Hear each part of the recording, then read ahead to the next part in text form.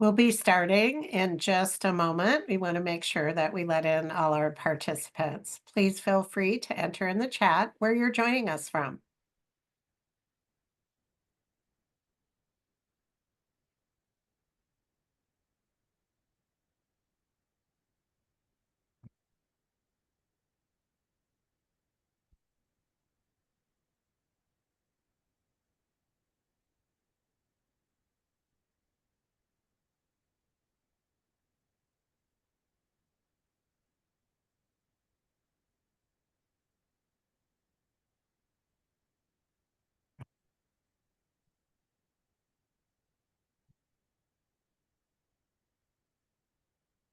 We'll start in just a moment.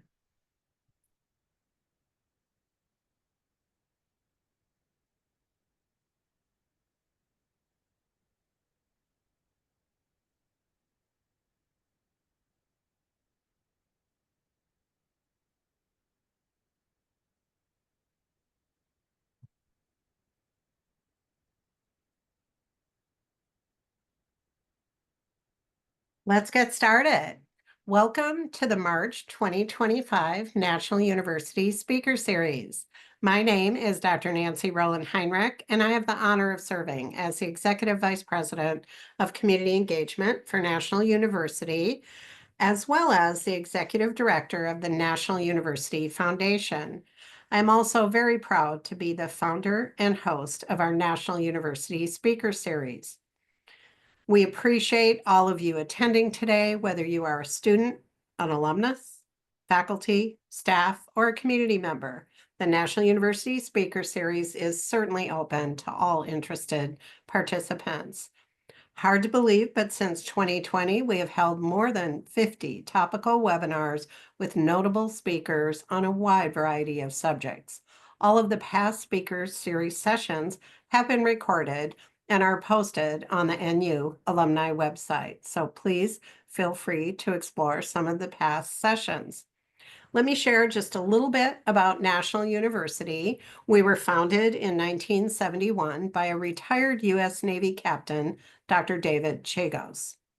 The university has had a very rich history of providing accessible and relevant higher education programs to meet the needs of non-traditional working and military students. Currently, almost 50% of our undergraduate students are military affiliated. We have always been a very mission-driven organization, serving students today as originally intended more than 50 years ago.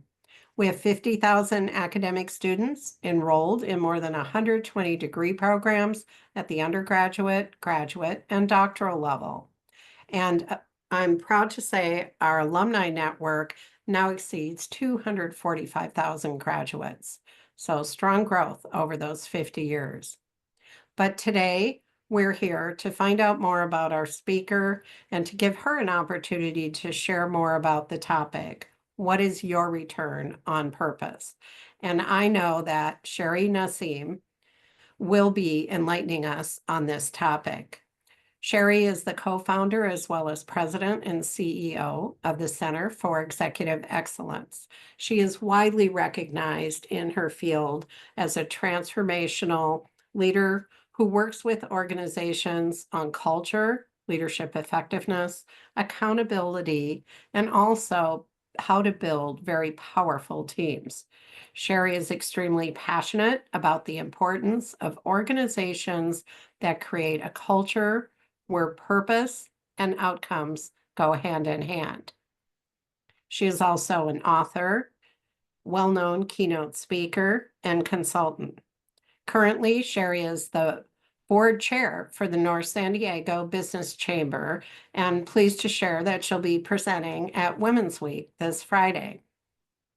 Please know that following today's presentation, we will have a Q&A.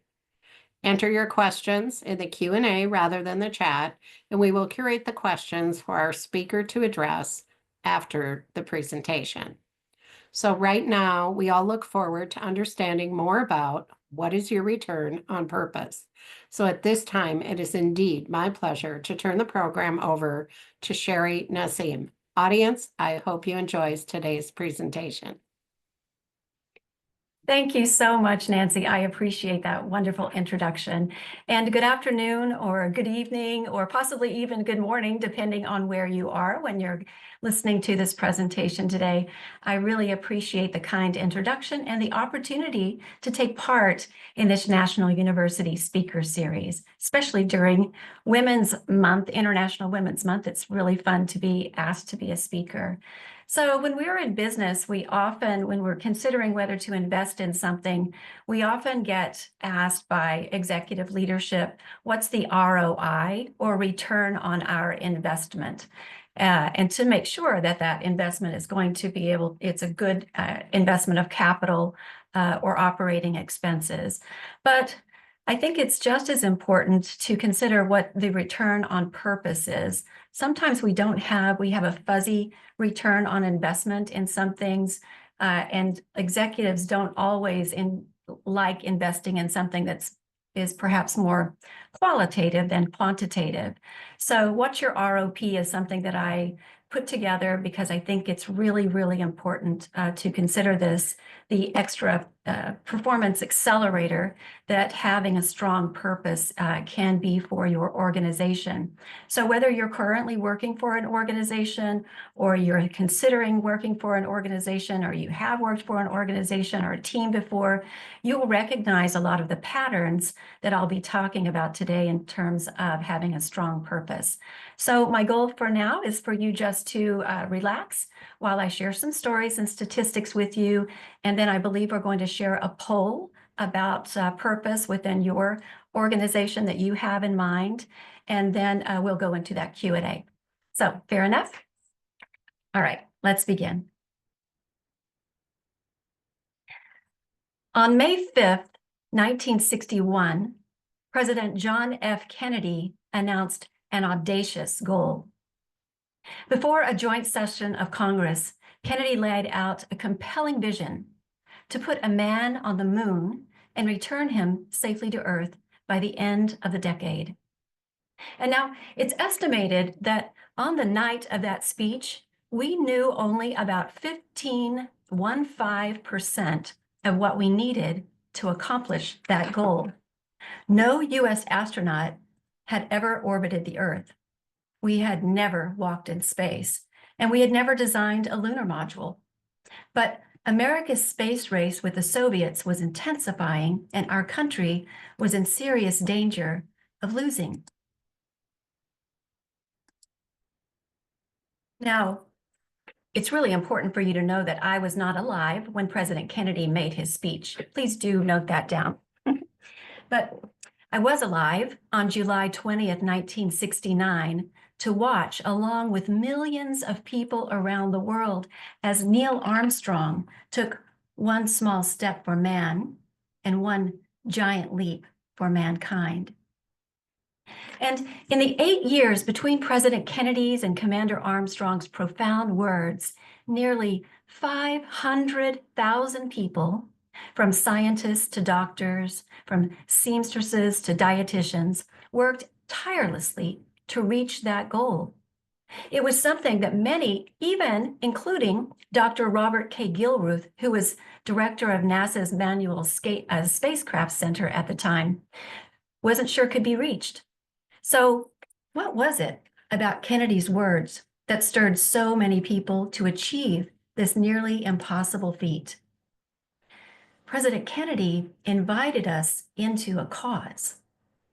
He asked us to be part of something that was bigger than ourselves, to bring our gifts and talents together to solve a problem. In short, he galvanized 500,000 people around a purpose. And an American flag was planted on the moon. The question of purpose, the need to connect the why to the what and the how, is really essentially the essence of what it means to exist. It's the question on the mouths of the insatiably curious 4-year-old child. It's the question in the minds of incoming workforce and consumers, considering whether to work for or buy from or invest in your organization. And during times of uncertainty, It's the leader's role to bring order to chaos and reground people around organizational purpose, just as President Kennedy did.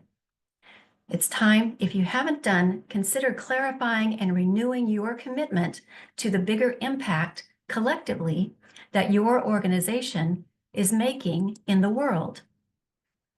Consider this research for a moment. 90% of global employees and executives polled by Harvard Business Review in 2022 responded that work should bring a sense of purpose to their lives. And in 2017, 83% of companies surveyed by Interbrand said that their overperformance on revenue growth linked everything they do to purpose. And a 2020 study by McKinsey found that 77% of employees were more likely to be engaged at work when the company's purpose was activated and personally aligned. And many private sector companies have responded to these trends in a big way. They're discovering their own flag planting dreams, if you will.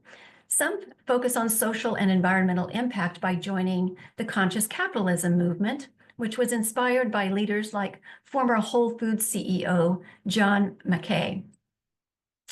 Other organizations took steps to become certified B, or for benefit corps. You can think of a B Corp certification for business like fair trade certification is to coffee. B Corps meet rigorous standards of social and environmental performance, accountability, and transparency. Organizations that practice conscious capitalism or become certified B Corps, or both, they all have a common theme to their purpose. They want to show that doing well and doing good are not mutually exclusive. That's where they've chosen to plant their purpose flags.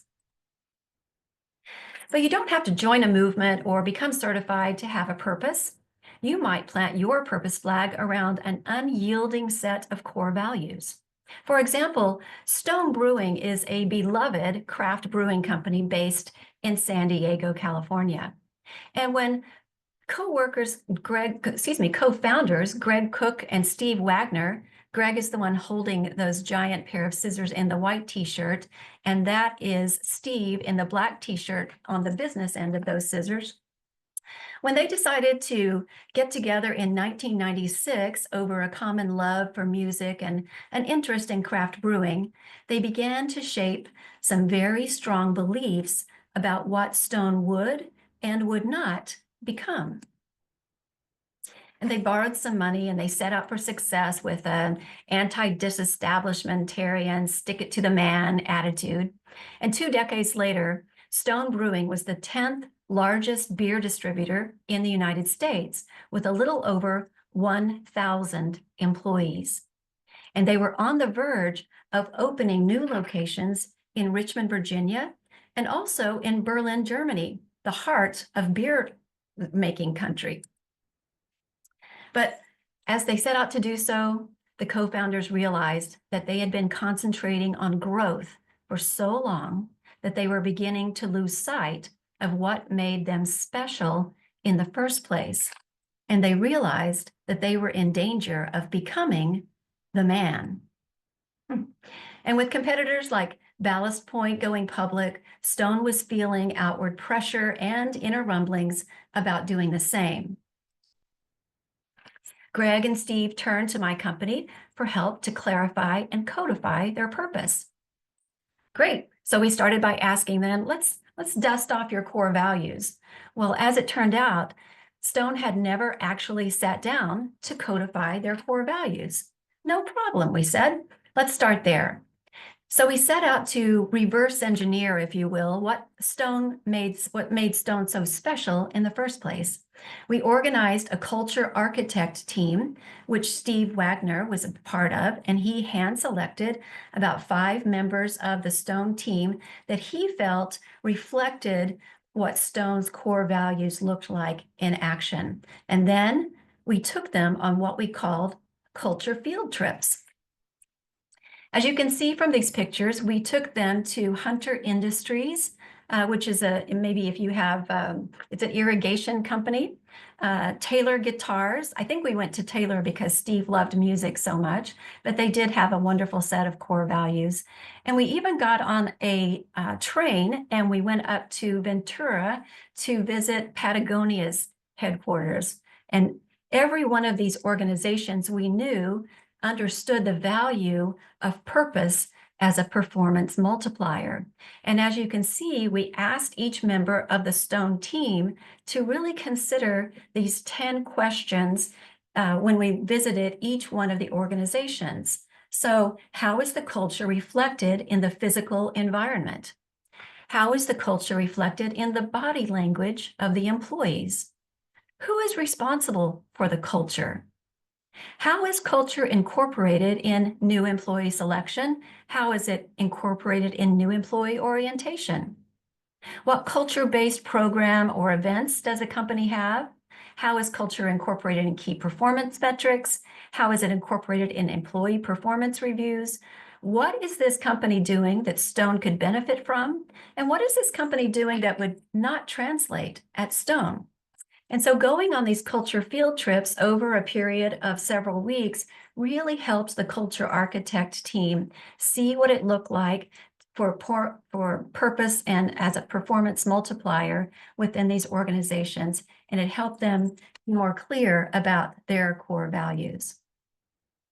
So if you've ever followed the Stone story, if you happen to be local or you happen to be a craft beer connoisseur, you recognize labels like arrogant bastard and sorry, not sorry IPA in the grocery store. Or in San Diego, you're likely to see someone wearing a Stone apparel around town. You'll likely recognize that Stone holds these 4 core values to be self-evident: fearless leadership, creative risk-taking, revolutionary spirit, and Team Stone. So no matter what markets Stone was going to expand into, no matter what locations they entered, the Stone 4 core values were embedded in the products, in the breweries, and it impacted impacting their strategic business decisions as well. That's the purpose flag that Stone planted, and that's the one that it has continued to defend, even now, while Greg Cook has moved on to serve as executive chairman, and the company has moved up to number 8 spot of the beer distributors in the United States.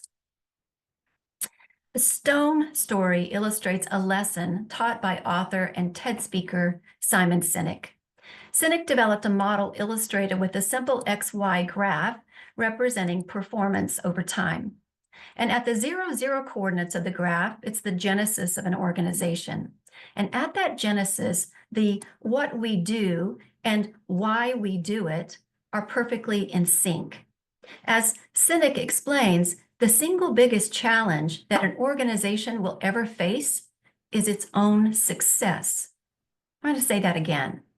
The single biggest challenge that an organization will ever face is its own success. And here's why. The bigger an organization grows over time, the more people it has to hire based on what they do. The company's what keeps growing, but the problem is, Sinek says, is why they do it starts to go flat. And as the what and the why lines separate, there is a split in the culture. And that is where we have a problem with employee engagement. People are no longer inspired by what it is, why we're trying to do what it is that we're doing. And employee engagement starts to get replaced by bureaucracies. So if you work in an organization right now, or you've ever worked in an organization that does not have a strong purpose or why or belief in the impact that they're making, you're probably going to see a lot of bureaucracy. When Stone launched its business in 1996, they rented a small space in North San Diego County and they hired their first employees. And it was really easy for Greg and Steve to share their vision with this handful of people. They drew like-minded, anti-disestablishmentarian people who were inspired to make that vision a reality. And the company became more successful. They hired more people, and they soon opened Stone Bistro and Gardens in Escondido, which I highly recommend, by the way. More people were hired from the local workforce and even from larger organizations, because as they grew, they needed to bring in more technology, such as, say, ERP systems. So they recruited people from companies like IBM and even the much maligned Anheuser-Busch. Managers were added who brought their own set of core values because Stone didn't have their own. So Steve and Greg could no longer gather the employees in one room and inspire them with their founder's vision. And they knew that they were even less likely to be able to do that when they opened the breweries in Richmond, Virginia, and in Berlin. And they noticed that cracks and fissures were starting to form in their edifice. And so that's why they had to pause, clarify, codify, and train their team about the why of Stone and their 4 core values. And as you can see from this mini box here, we started working with them in early 2016. So in 2015, when they surveyed their employees with just the simple question, Stone has been able to maintain a strong culture or identity, that came back as 60% favorable. But after we started working with them in 2016, employees could already feel the benefits of the Stone core values and starting to hear the buzz and hear about the culture field trips and wanted to be on the culture architect team. And when they surveyed them at the end of 2016, it came back 73% favorable. And after 1 year in, the same question was answered as 86% favorable. That's a significant jump. A 2015 Harvard Business Review study found that 89% of executives surveyed said that a strong sense of collective purpose drives employee satisfaction. And they agreed that having a strong sense of organizational purpose could affect their ability to transform and increase customer loyalty. And yet, those same executives who were surveyed, only 46% of them said that their company had a strong sense of purpose. Look at the opportunity there between 46 and 89%. Over the past few years, we have surveyed CEOs about their purpose. I remember going to one young CEO and asked him what his company purpose was. And he said, he thought about it for just a second, and then he said, our purpose changes from time to time. And I thought that was a little bit interesting, but after spending a few minutes with him, it was evident that he and his co-founder had started the company for one purpose only, and that was to make as much money as possible, as quickly as possible. And now I have no objection to making money or even making a healthy profit, because you have to make a profit to stay in business and to realize your purpose, right? But when making money is your core purpose, then your employees quickly understand that they are in a quid pro quo relationship with you. They are exchanging work for a paycheck, and they have no intrinsic relationship in the longevity of your business. And in this case, the company was a cutting-edge tech company here in San Diego. And the CEO complained that they had to pay their most skilled employees far above scale because recruiters kept calling them on a weekly basis to offer them a job with a competitor for another $10,000 a year. That company did not have engaged employees. They had coin-operated employees and an unsustainable business model. If I were to walk into your office today, where would I find your organizational values or purpose? Are they tucked in a bookshelf next to the employee handbook? Are they under the protective custody of HR? Are they engraved in plaques on the wall? Maybe like Stone Brewing, it's time to dust off your purpose by making sure that your core values aren't just on the walls, but they're actually walking the halls. Now, if you work for a nonprofit organization like, say, St. Jude's Children's Research Hospital, where finding cures and saving children is their purpose, or a nonprofit like National University, where difference makers educating difference makers is a core purpose. It's pretty easy to see. It's pretty easy to feel the impact. As you heard Dr. Rohland talking at the beginning of this, they're very proud of what they do. And they understand the impact of what it is that they do on a daily basis. And that has continued to shape them since the founding of National University in 1971. But people who work for for-profit organizations also want to feel as if their work matters. Let's use KPMG as a case study. As you probably know, KPMG is one of the largest accounting firms, public accounting agencies in the world, actually.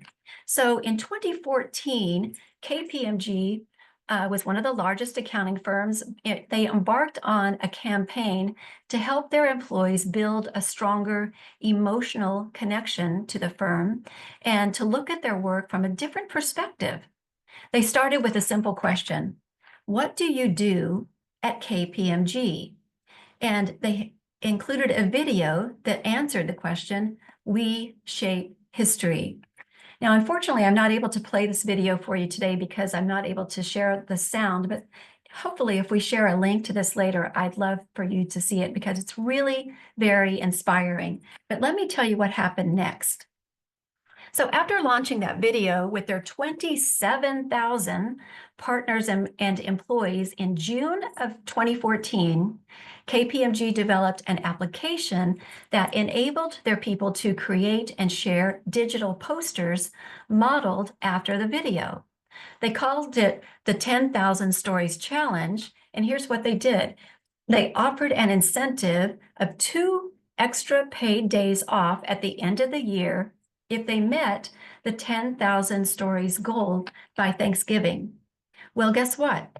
By July 4th, the goal had already been surpassed. And even though the firm said, hey, the goal's been reached, thank you very much, the posters kept flooding in by the thousands. And they said, hey, we're good, thank you. Everybody gets 2 extra days off. The posters kept coming in a startling display of their people's pent-up appetite to express the meaning of their work. By Thanksgiving, KPMG had received 42,000 stories. After the We Shape History campaign, their annual partner survey resulted in 90% of respondents reporting an increased pride for working at KPMG. After a year into the initiative, 89% of the employees agreed that KPMG was a great place to work. And 60% said purpose initiatives strengthened their pride in KPMG and in their work. This improvement in morale also resulted in KPMG surging 17 spots on Fortune magazine's annual 100 Best Companies to Work For list, making it the #1 ranked Big Four firm for the first time in history. Traditional business based on the factory model is no longer sustainable. If you think about a factory, they're filled with the bureaucracy and with clock watchers. Factories are focused on the what and the how. But successful organizations of the 21st century thrive in the why. They're driven by engaged people who know that their collective effort has meaning beyond the paycheck. I started this talk by describing the audacious goal that President Kennedy inspired by his address to Congress in 1961, when I was not alive. During a visit to the NASA Space Center in 1962, the president noticed a janitor carrying a broom, and he interrupted the tour, walked over to the man and said, "Hi, I'm Jack Kennedy. What do you do here?" And the janitor responded, "I'm helping to put a man on the moon, Mr. President." The case for defending and living your organizational purpose has never been more compelling. Today's workforce, communities, customers don't want to buy what you do. They want to buy into what you do. I encourage you to find your inner compass as your organization. Get clear about why the world is a better place to work because you exist. I challenge you to connect with your why and get your own return on purpose. Thank you very much.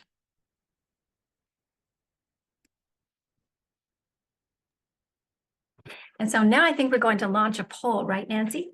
We indeed are. Thank you to Heather and Lindsay for coordinating everything. Yes. So what we have here is a poll. It's 5 levels, and I'm asking you to read the different levels of where your organization that you have in mind at the beginning, and let's see where we are in terms of how strong our organizational purpose is. So level 1 is our organization has not clarified or codified its purpose. Level 2 is I couldn't tell you what our purpose is without looking on the website, and that's probably true for most of our employees as well. Or at level 3, our organization has a purpose, but we don't actively use it to inspire employees.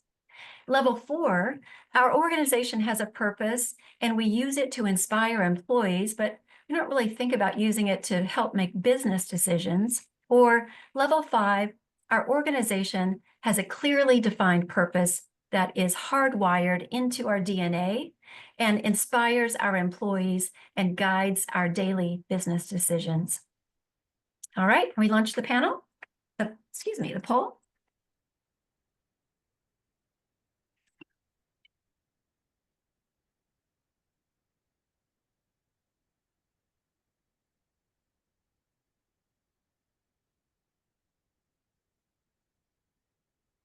All right, how are we doing? I'm going to give a little bit more time. Or are we going to see the results? Like about half of the participants have responded so far. Great, thank you. This poll takes a little more reading, so.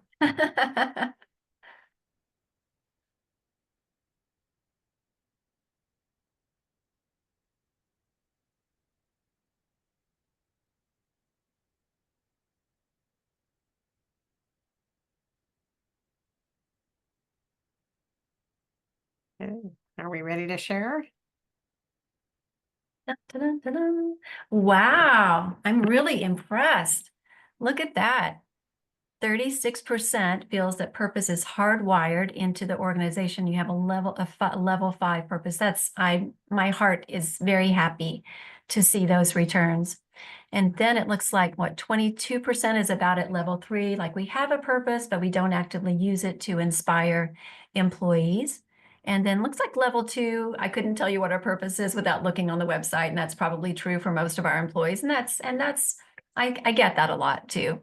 And then it looks like level 4 and level 1 are equally distributed. So that's very interesting. So thank you, everybody, for participating in that poll. I find that very interesting. As you can, think about some of the statistics that I shared.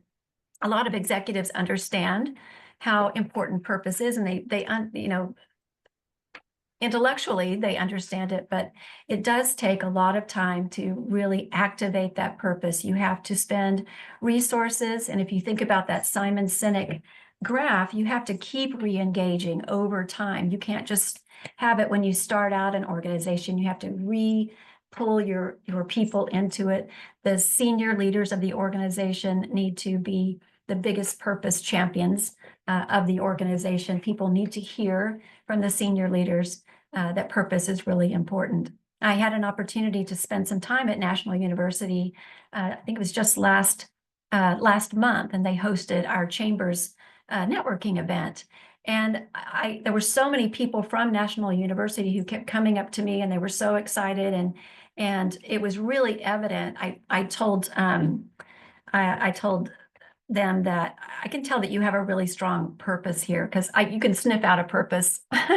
You can sniff out a culture pretty quickly if you've been in the business. And you know, if you go into an organization, you know if the people are engaged, if they know what the purpose are, if they're inspired by what they do.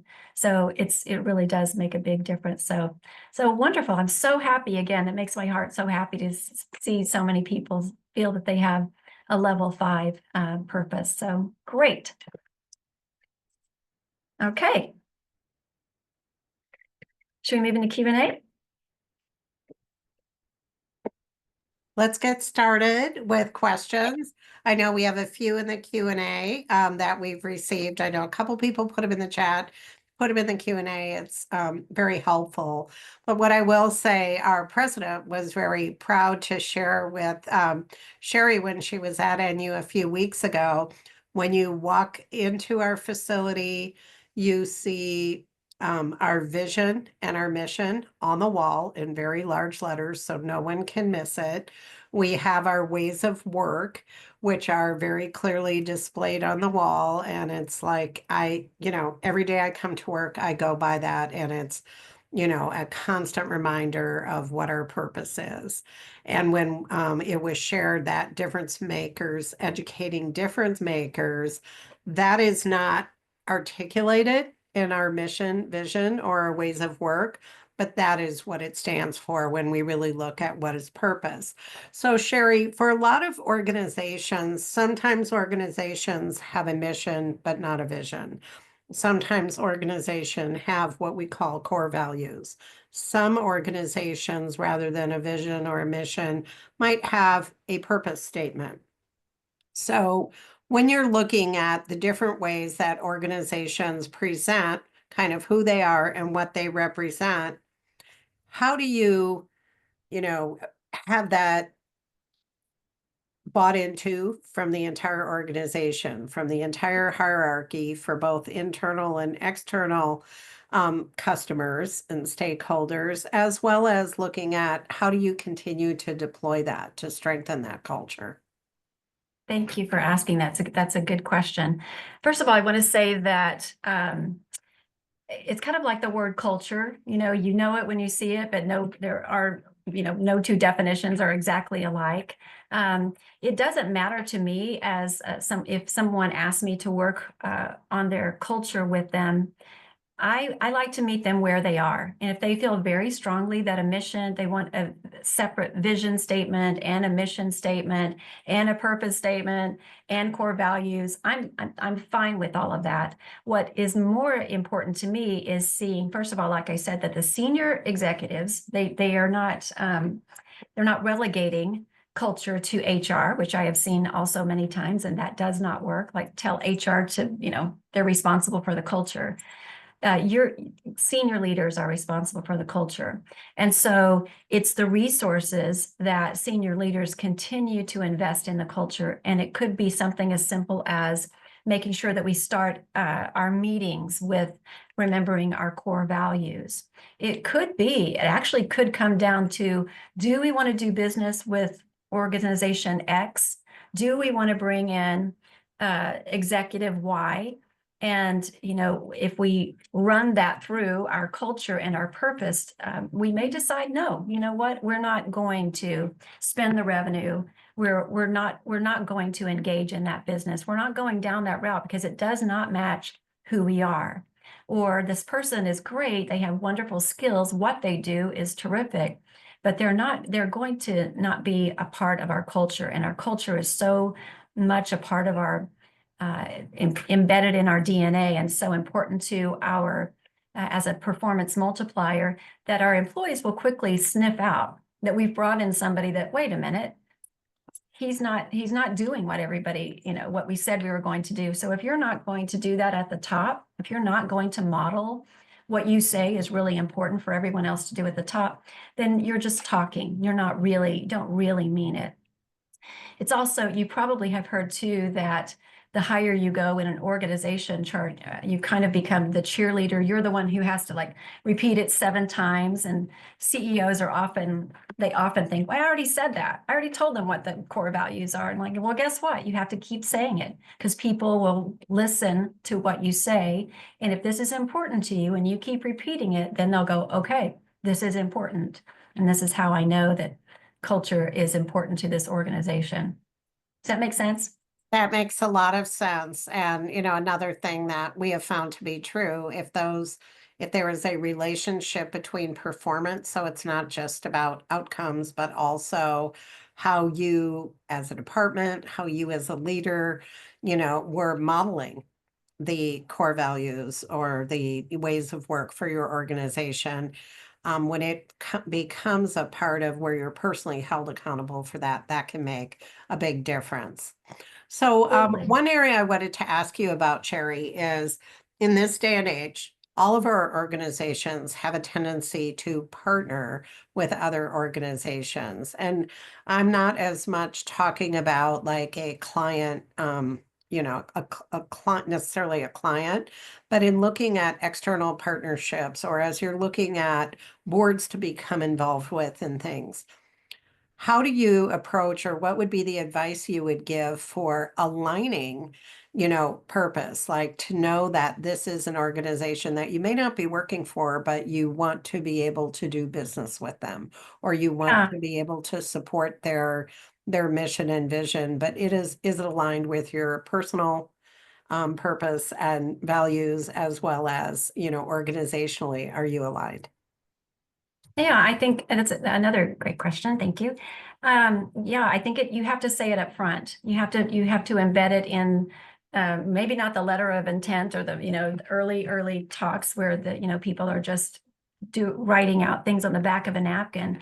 But when you start to get into due diligence with an organization, you want to have that as part of your due diligence questionnaire. You want to find out what it is about them. You want to do your homework because, yeah, your culture could be negatively impacted. I mean, it could be, you can't hide what's happening in your organization anymore. Everything is out on the web, and there's Glassdoor and all kinds of ways for people to find out what's really going on in an organization. And if leaders make a decision to partner with a very disreputable board, and they do that based on, return only or to get more money only, then you're going to have some erosion in your purpose.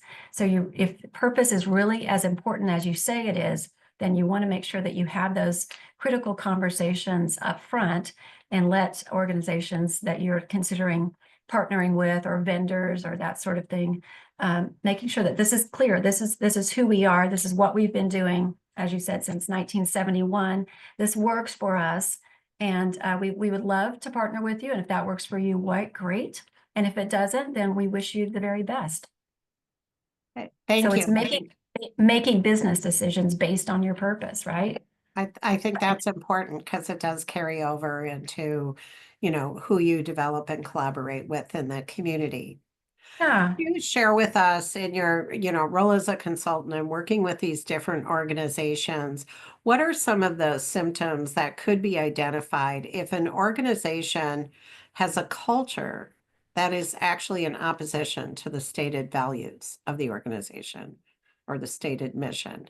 Yeah, it's pretty easy. I mean, you've seen it. I mean, you've seen advertisements when marketing that we're all this and we're great, and then the organization tries to market itself as something that it is not. Say greenwashing, when ecology was so important, and it doesn't take long. People are pretty cynical anyway, to be honest, and so.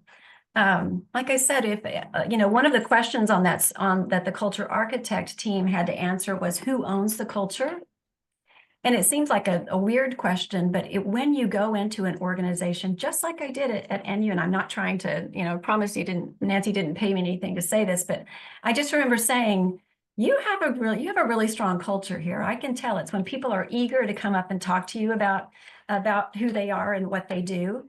And every one of us has walked into an organization where they are absolutely coin operated employees, and they do not care about serving you, you can tell if they're actively engaged, their eyes are bright, they want to, everybody is kind of repeating it, but in their own personal way, just like with the KPMG individuals, everybody realized how what they did mattered, and they were excited to be part of something bigger than themselves. And you can feel that.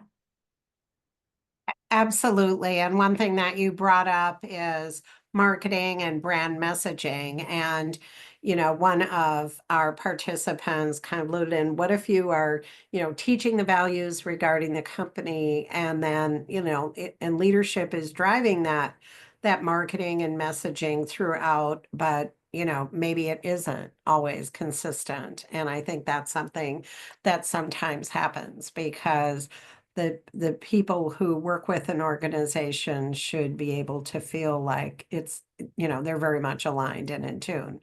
Yeah, I used to speak at strategic planning conferences a lot, and it was really interesting to me that the speakers would almost always start with this, like you've seen the pillars, like the Parthenon or the Pantheon, and this is our vision, and this is our mission, and here are the pillars and maybe the core values. And then they just like, and then that slide's gone, and then they just go into the strategic objectives, and there's no alignment. They just do it kind of like checking the box.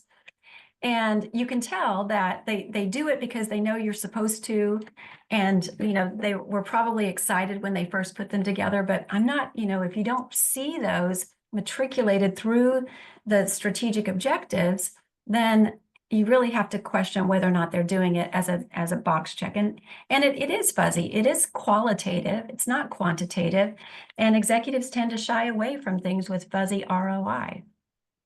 That is true. And speaking of ROI, one of our participants asked about if you work in a company where the revenue is held above all, even purpose, what do you suggest for someone to kind of navigate that type of environment? Yeah, that's a really good question. I think you have to ask yourself about what your core values are.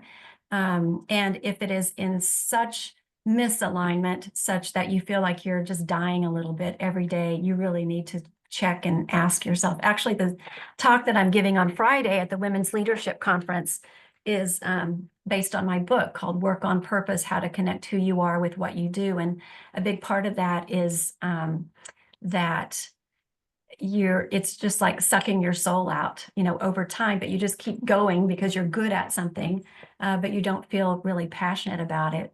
But it does, but I'm not saying that you don't have to leave. One thing that you can do is make sure that you can have a mini culture within your team or people that you influence on a daily basis. You can be a model for the kind of culture that you want to see. And you can create a safe space, a pocket of safe space that people know that they can come to you, and you can be the type of leader and model the type of culture that you want to see if that works for you. But you have to gut check yourself, and you also have to be, strong enough to stand up when something is absolutely not working.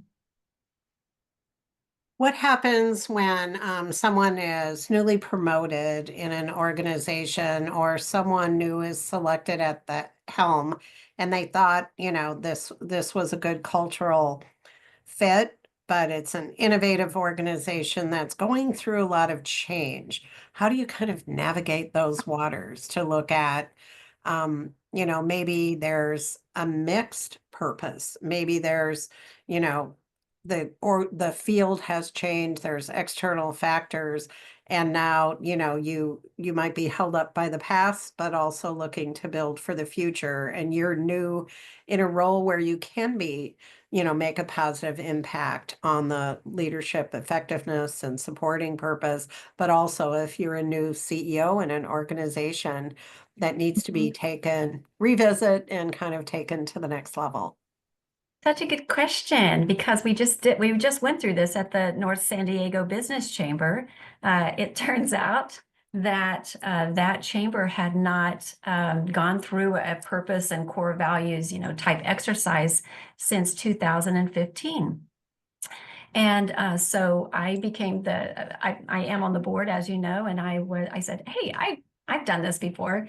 And so I was the director of the strategic planning committee, and we just went through this. And when we looked at the core values and the purpose from 2015, that chamber had just merged with several other small chambers.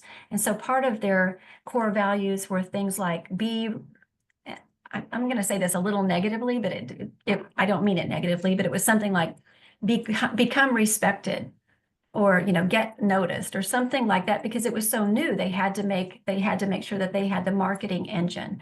And so those core values fit the organization in 2015. It fit perfectly, and they achieved what they wanted to do. But when we looked at those same core values late last year, we said, that's not, we're bigger than that. We have matured. We're teenagers now. And so our core values should be different.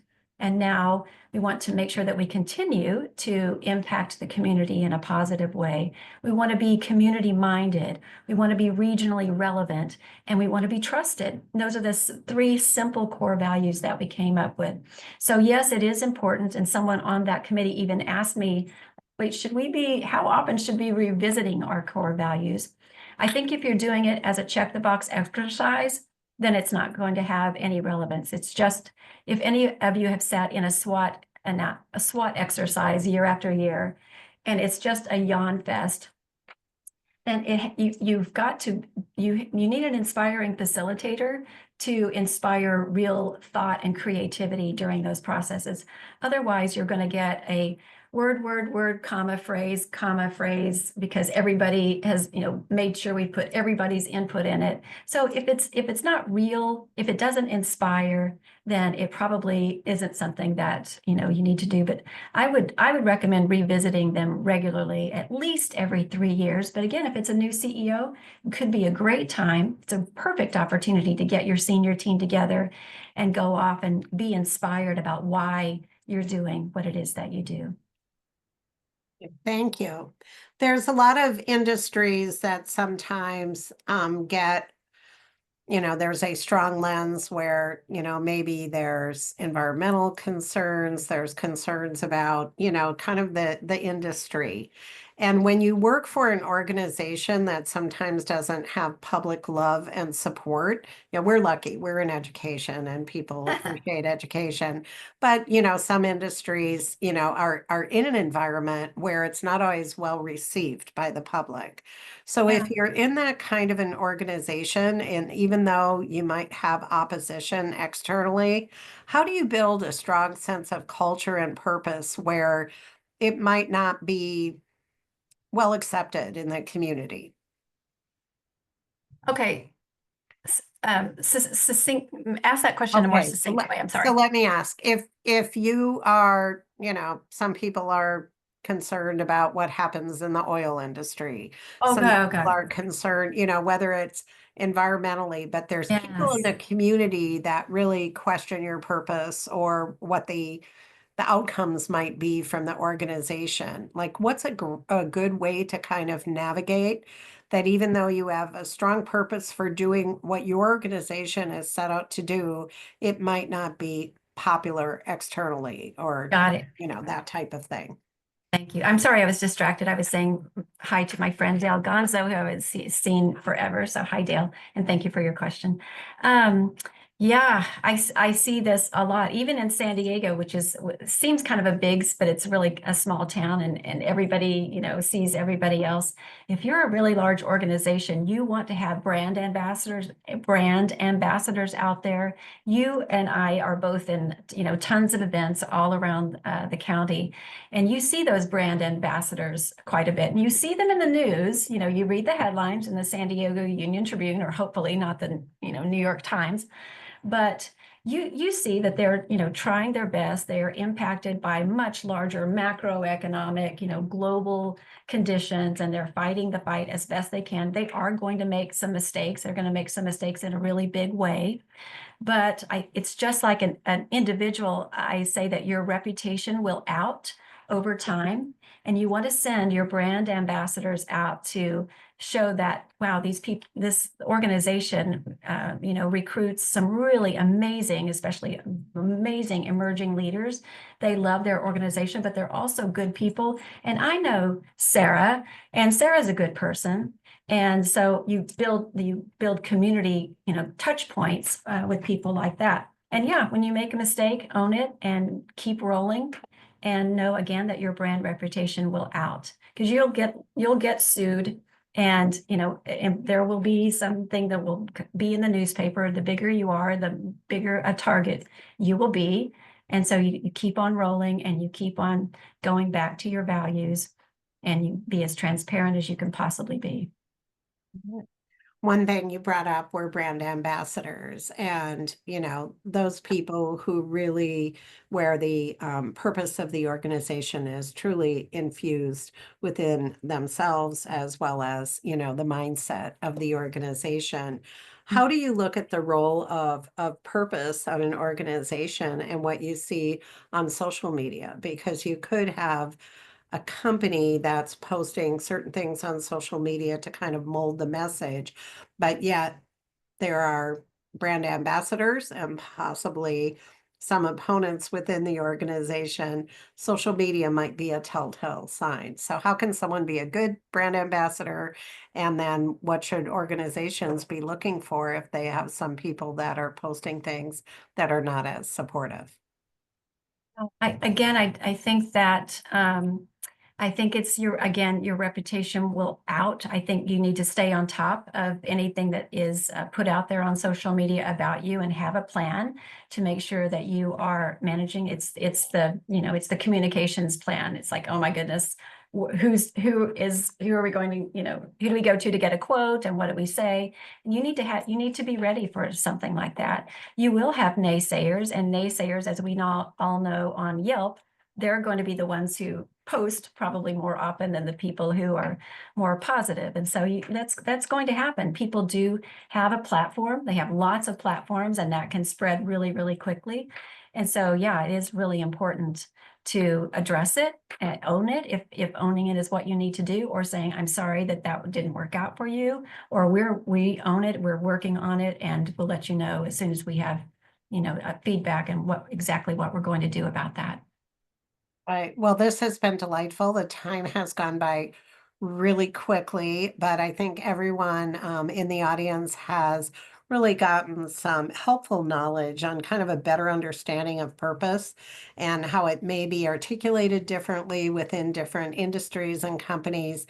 But that's so important at the core of the organizations, and really appreciate the great responses to the questions, and kind of like pushing it out a little bit more so people can see how it's applicable within their own organizations. But Sheri, I knew you would be awesome, and I'm sure that everyone is so appreciative. Feel free to mention the name of your book again, because it sounds like at your for Women's Week at your session, you'll be sharing a lot of wonderful insights. But thank you so much. And if you want to just share a little bit more in your book, or one reason that people should read it, that's fine. And then we'll just have a few closing remarks. So the name of the book is Work on Purpose: How to Connect Who You Are with What You Do. It's an ebook that you can download on Amazon. And it just has a lot of, I think, actually funny stories about how I first met my husband, and he was working on becoming a triathlete. And I figured that if we were going to hang out together, then I either need to figure out how to swim or bike or run. And I decided that I wasn't ready for a swimming suit and one of those latex caps. And I didn't want to wear those spandex shorts with a little pad in the rear and a helmet. So I went shoe shopping, and we've been married for 22 years ever since. All right, great story. So Sheri, just so appreciate the time and the preparation you did. Obviously, you're a great speaker and you have a lot to share. And in the community, I just want to say Sheri is so highly regarded for her expertise, and obviously a great speaker. At this time, I just want to share a little bit more on a couple of upcoming events. could get. So at the San Diego Clippers up at Front Wave Arena, anyone is welcome to join us on Friday, March 14th, little happy hour and enjoy the basketball game. On March 20th, Alumni Association meeting.